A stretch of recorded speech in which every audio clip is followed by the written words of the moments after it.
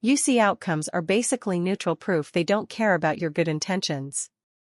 They don't shift based on how you feel, they don't sit down and listen to your reasoning. If you plant corn, you're not going to harvest wheat if you skip preparation. You're not going to magically deliver excellence, the outcome reflects the system you followed, not the explanation you give afterward. A lot of people mix up effort with effectiveness. They'll say, "I tried really hard," as if the amount of energy they used guarantees a certain result, but effort is just one piece of the puzzle. Direction matters, the method you use matters. Consistency matters, you can push with everything you've got in the wrong direction and still end up exactly where you started. Results don't hand out rewards just because you meant well. Wanting something is important, but wanting it isn't enough. You can deeply want to be healthy and still eat in ways that work against you. You can really want financial stability and still spend without any structure. You can dream about mastering a skill and still avoid the daily practice it takes to get better. The result doesn't measure how badly you wanted it, it measures what you actually did on a regular basis. Explanations don't change outcomes. You can explain why you were late, but you're still late. You can explain why a project didn't work out, but it still didn't work. You can explain why your savings account is empty, but the balance doesn't move because of your reasoning. An explanation might protect your pride, but it doesn't change the facts. You can have good intentions and still get poor results. You might genuinely care about your family and still communicate badly. You might honestly want to increase your income and still avoid building the skills required to do it. Your motives matter for who you are as a person, but your method determines what actually happens. If the method is weak, the result will show that clearly. You can feel busy all the time and still not move forward. Plenty of people are constantly doing something. They run from task to task, they fill every hour, they go to bed exhausted. But when they look at their results, nothing meaningful has improved. Their income hasn't grown, their health looks the same, their skills haven't sharpened. Their relationships feel tense. Being in motion isn't the same thing as making progress. And being busy isn't proof that you're advancing. Results highlight the difference between what you think you're doing and what you're actually doing. You might believe you're disciplined, but your body reflects inconsistent habits. You might think you're responsible with money, but your statements show impulsive spending. You might say you're committed to growth, but your calendar shows long stretches of distraction. The outcome exposes the gap between perception and reality. The mature way to respond to results is to analyze them, not get defensive. Defensiveness protects your ego, but it blocks improvement. When you argue with reality, you lose twice. You miss the lesson, and you miss the chance to get better. Analysis turns disappointment into useful information. It asks what led to this and then makes adjustments. Strong emotions are normal, but they don't help for very long. If you're disappointed, admit that. Then move on to evaluating what happened. Swap outrage for curiosity. Swap frustration for investigation. Instead of asking, "Why is this happening to me?" ask, "What pattern created this?" That question gives you something you can work with. You have to measure the things that matter when it comes to health. The mirror, the scale, and your energy levels tell the truth with income. The numbers tell the truth with skill. Your performance tells the truth in relationships. The tone between you and the level of trust tell the truth. These indicators aren't against you, they're tools. If your health is going downhill, that's not an insult, it's information. It tells you your eating, sleeping, and movement habits need work. If your income is unstable, that's not a statement about your value as a person. It's feedback about your strategy, your abilities, or your consistency. If your relationships feel strained, that's not a personal attack, it's a sign that your communication, patience, or attention needs improvement. When you treat results like data, you take the drama out of it. Data doesn't need emotion, it needs interpretation.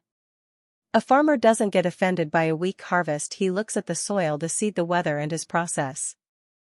Then he adjusts. The next season improves because he was honest about the last one.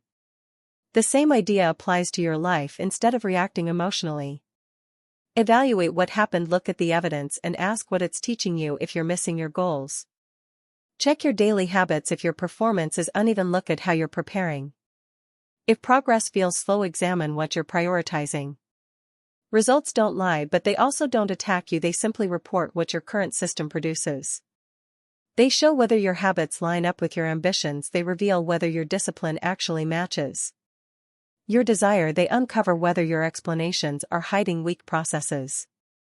Once you see that clearly, you can make specific corrections. There's real strength in accepting that kind of honesty. When you see outcomes as neutral evidence, you take back control. You stop blaming everything around you. For every setback, you stop hiding behind good intentions. You stop confusing activity with momentum. Instead, you look at the facts and decide to improve your behavior. The blunt honesty of results doesn't destroy confidence, it builds real confidence. Confidence based on illusion is fragile. Confidence based on accurate self-assessment is solid. When you understand your numbers, recognize your patterns, and know what works and what doesn't, you start acting strategically instead of emotionally. Results are like a mirror, they show you what your current habits are producing. If you don't like what you see, you don't smash the mirror, you change the habits that created the reflection. You tighten your discipline, you improve the method, you make your actions match the standards you say you have. That's why the truth and results is actually helpful. It removes the guessing, it strips away fantasy. It brings you back to simple cause and effect. Once you understand that outcomes reflect systems rather than intentions, you focus on what you can control. You start building better systems. And when you build better systems, the results shift, not because you wished harder, not because you explained yourself more clearly, not because you stayed busy. They change because you change the behaviors that create them. That's the real power of accepting the honest feedback that results give you. There's a big difference between being active and actually making progress, but a lot of people go through life never separating the two. They judge their days by how packed their schedule was, not by what actually improved. They mix up movement with momentum and assume that if they're exhausted, they must be getting somewhere, but being tired doesn't prove you're growing, it only proves you spend energy. This confusion becomes even clearer when you look at how activity fills time without changing outcomes. Activity can easily look like productivity. Someone can reply to messages all day, sit in meetings all week, keep adjusting plans every month, and still have nothing meaningful to show for it. The calendar stays full, the hours get used up, the brain feels busy, but at the end of a few months, nothing has truly changed. Income hasn't increased, skills haven't improved, strength hasn't grown. It felt like movement, but it wasn't real progress. Progress is different because it shows up in measurable improvement. Something has to increase. Get stronger, get sharper, or expand. The numbers need to move. Performance needs to improve. The outcomes need to show that yesterday's work created a better result today. If there's no clear sign of improvement, then there's no progress, no matter how busy you felt. A lot of people hide inside business if they stay constantly occupied. They don't have to look at what isn't working. Staying busy becomes a way to protect their ego. It lets them say, I'm working hard, without ever asking, is this actually working? That second question is uncomfortable because it forces you to evaluate instead of assume. You can put serious effort into the wrong thing, you can get very good at things that don't really matter, you can pour energy into activities that don't create leverage.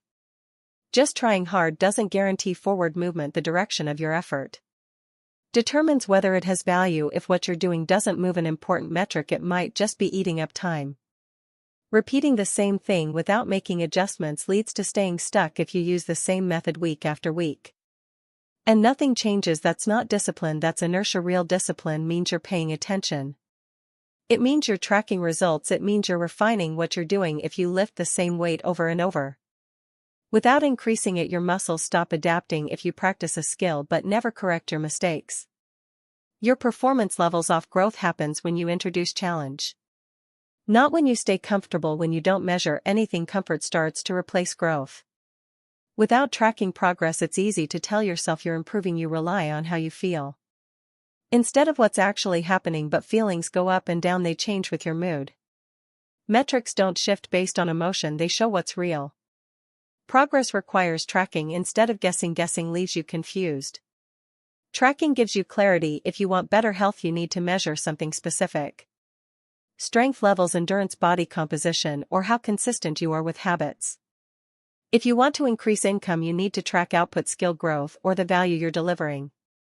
If you want stronger relationships, you need to pay attention to communication patterns, how often you spend meaningful time together, and whether you follow through. Whatever you measure, you give yourself the chance to improve. When results slow down, many people just add more random effort. They work longer hours, they pile on extra things. They increase activity without changing direction, but random effort isn't the same thing as strategy. If a key doesn't open a door, forcing it harder won't fix the problem. You have to look at the key and look at the lock, then you make the right adjustment. It's possible to feel completely drained and still not be effective. Exhaustion can feel like sacrifice. And sacrifice can feel admirable, but feeling noble doesn't automatically create results. If what you're doing isn't producing measurable change, it needs to be questioned. A disciplined person is willing to check whether their effort actually lines up with the outcome they want. The difference between activity and progress becomes obvious when you define clear indicators in each important area of life. Pick 3 to 5 measurements that really matter in health. That could be strength improvements, consistent workouts, or cutting back on harmful habits. In finances, it could be savings rate, income growth, or paying down debt. In skill development, it might be hitting performance benchmarks or demonstrating real competence. In relationships, it could be quality time, resolving conflict well, or being dependable. Once you know what matters, review those indicators every week instead of waiting for your emotions to tell you something is wrong. Don't wait until you're frustrated. Don't wait for a crisis to get your attention. Weekly evaluation catches small problems before they turn into big ones. It shortens the gap between mistake and correction. It keeps minor inefficiencies from growing into major setbacks. Comfort can easily hide stagnation. If your routine feels familiar and manageable, it's tempting to assume it's effective. But effectiveness has to show up in the numbers. If your key indicators aren't improving, something needs to shift. That shift might be your method. It might be your intensity, it might be your focus, but it has to be intentional, not just emotional. Progress usually isn't dramatic day to day, but it becomes obvious over time. Small improvements add up. Tiny refinements compound. A 1% improvement repeated consistently turns into something significant that only happens when effort is directed thoughtfully instead of randomly. When you clearly separate activity from advancement, your time starts to carry more weight. You stop filling your schedule just to feel productive. You stop confusing motion with mastery.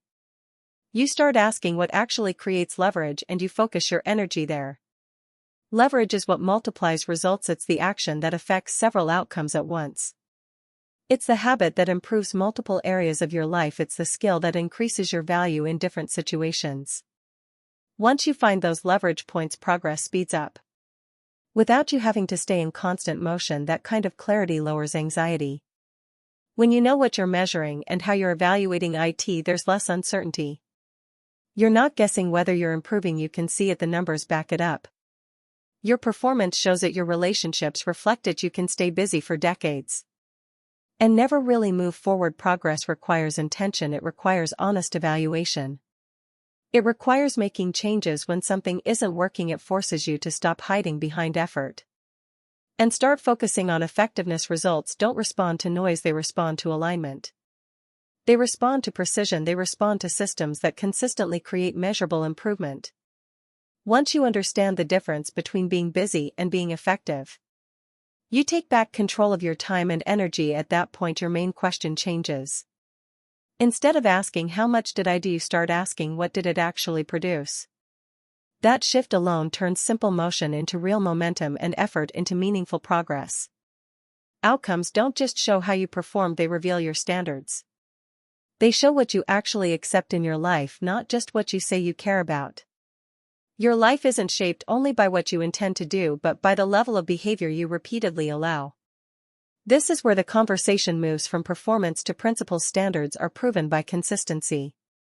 Anyone can talk about high principles, anyone can say they value excellence. Anyone can describe the life they want, but standards aren't proven through words. They're proven through repetition. What you consistently do is your real standard. What you repeatedly allow becomes part of who you are. Excuses quietly lower standards. They don't show up announcing that you're giving up. They sound reasonable, they sound temporary, they sound justified. But every time you choose an excuse instead of discipline, your standard drops a little. The drop might seem small, but small drops add up over time. Things that once felt unacceptable start to feel normal. What you tolerate shapes your direction. If you tolerate skipped workouts, lower effort becomes your routine. If you tolerate careless spending, financial instability starts to feel familiar. If you tolerate disrespect in conversations, tension becomes expected. Whatever you consistently permit continues, the direction of your life follows. What you repeatedly allow if your health results are poor. It points to inconsistent discipline. That doesn't mean you don't know what to do. It means the right behaviors aren't being enforced consistently enough to build strength if your finances feel unstable. It suggests your standards around earning, saving, or spending aren't clear or firm. If your relationships are strained, the standard for communication or patience isn't strong enough. Outcomes make this clear without emotion. A lot of people are surprised by their results. Because they judge themselves by what they aspire to, not by what they actually do. They say they value health but rarely move with intention. They say they value growth but avoid difficult study. They say they value stability but make impulsive decisions. Results don't measure what you hope for. They measure what you enforce. Your life reflects what you repeatedly permit. If you allow distraction, distraction spreads. If you allow inconsistency, that becomes your rhythm. If you accept mediocrity in small areas, it eventually shows up in larger ones.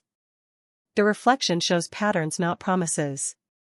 Standards aren't built on mood, they're built on non-negotiable actions. When you decide certain behaviors will happen, regardless of how you feel, you raise the baseline of your life. You remove the daily debate.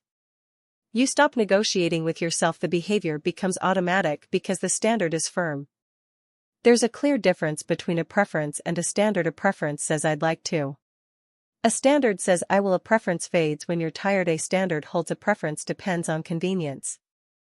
A standard pushes through inconvenience. Your results show whether you're living by preference or by principle. Small acts of neglect add up to visible consequences.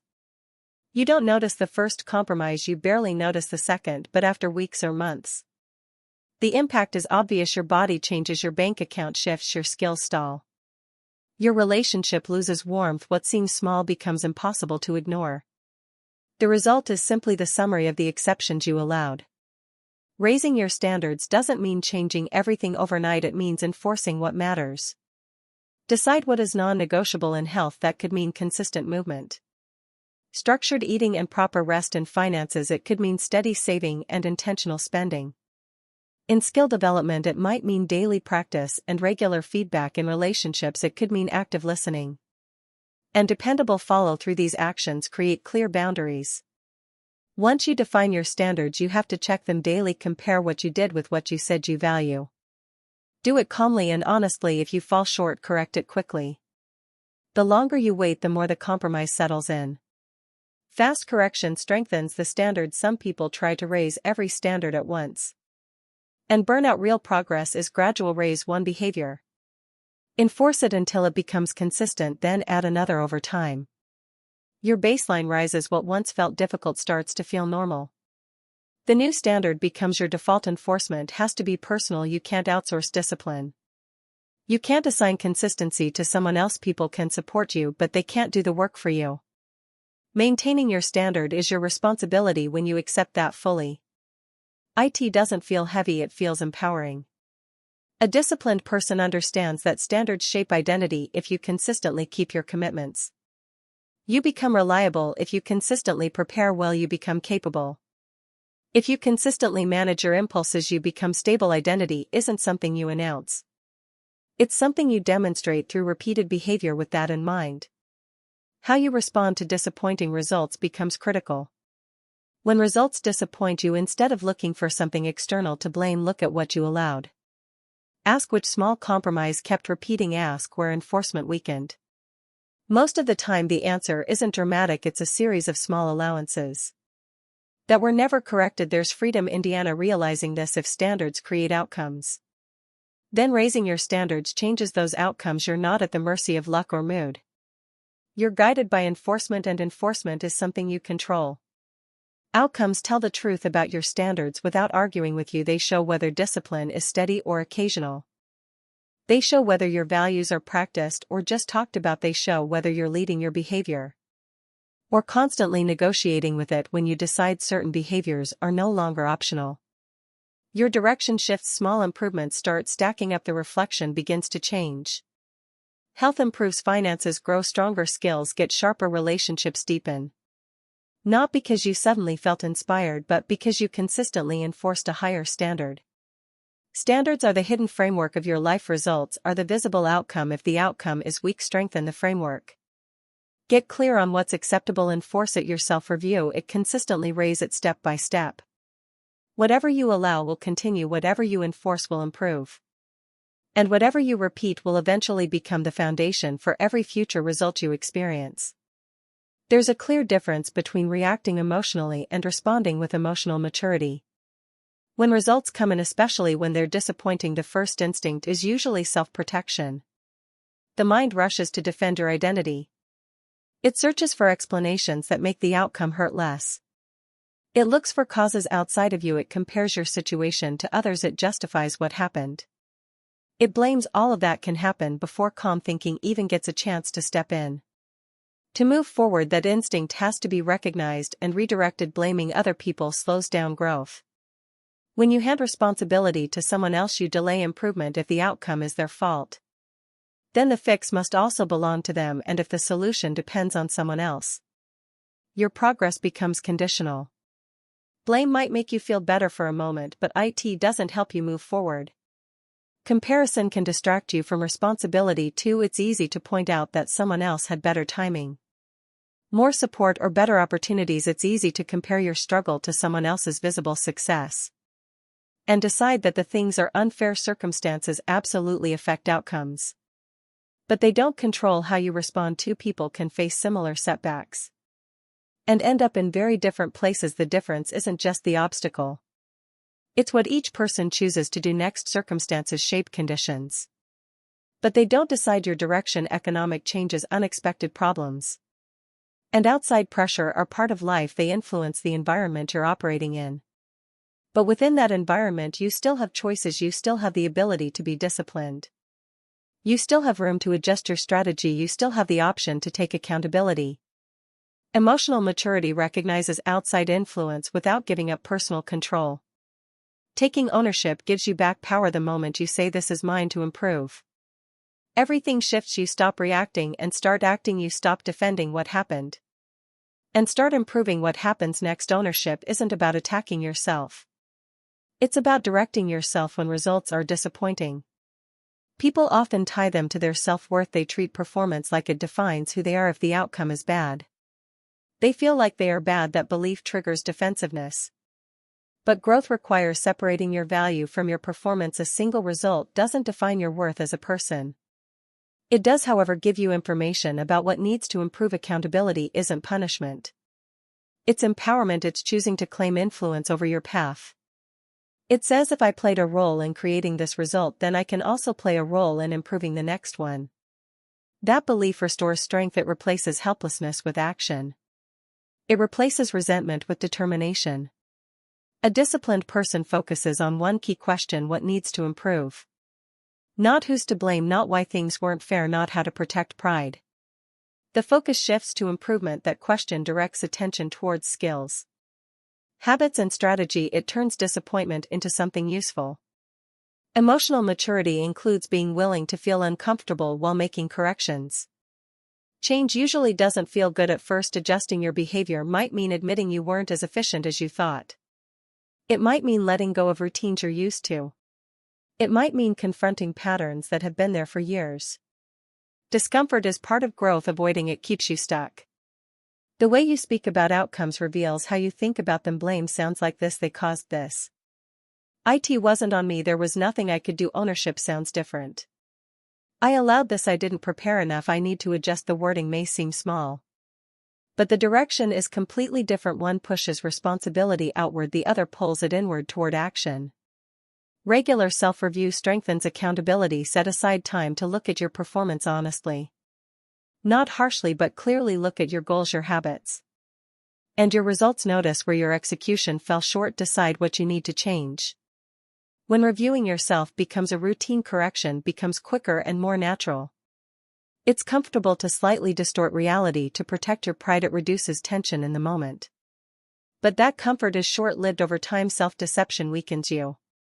Every time you bend the truth to defend your identity, you make your foundation less stable. Emotional maturity chooses accuracy over comfort. Real psychological strength shows up when results aren't good. Anyone can celebrate success, fewer people can examine failure without falling apart. A strong person can look at the evidence, admit where they fell short, and respond with discipline instead of denial. When ownership becomes a habit, you develop a certain calmness. You stop reacting dramatically to every setback. You stop hunting for someone to blame. You start seeing results as part of an ongoing process of refinement. Setbacks become signals, not final judgments. Taking responsibility for improvement reduces anxiety. You're no longer waiting for someone else to fix things. You're not dependent on circumstances changing before you feel hopeful. You focus on improving your response. That focus creates stability. Accountability builds character. Every time you correct yourself instead of making excuses, your integrity strengthens. Every time you admit a mistake and refine your method, your confidence grows. Confidence that comes from accountability lasts because it's based on proof. Growth demands honesty, and honesty takes courage. It takes courage to admit you didn't prepare enough. It takes courage to admit your discipline slipped. It takes courage to admit you chose comfort instead of challenge, but each honest admission opens the door to improvement. Once you see the weakness clearly, you can strengthen it. A mature person understands that. Accepting responsibility doesn't mean labeling themselves as a failure. It means accepting influence over direction. It means saying, this result shows me how my current system is working. I'll improve the system. That mindset turns setbacks into stepping stones. Emotional maturity and accountability are essential for progress. Without them, results turn into sources of frustration and resentment. With them, results become tools for refinement.